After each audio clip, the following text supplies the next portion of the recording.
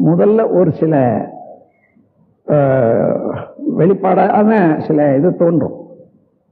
வயது ஆக ஆக எல்லாருக்குமே தோல் சுருங்கும்ல, உடம்புலையும் சரி முகத்திலையும் சரி தோல் சுருங்கும். என்னடா இதுக்குள்ள கழவ நாட்டம் தெரியுறன்னு சொல்லுவாங்க இல்லையா? அது ஒன்றும் இல்லை, இந்த தோல் சுருக்கம் தான்.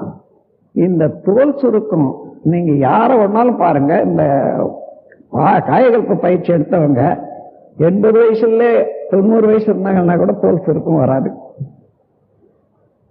அத அவங்க சித்தர்கள் அதை சொல்றாங்க, அந்த அளவுக்கு இதை கொண்டு வரணும்.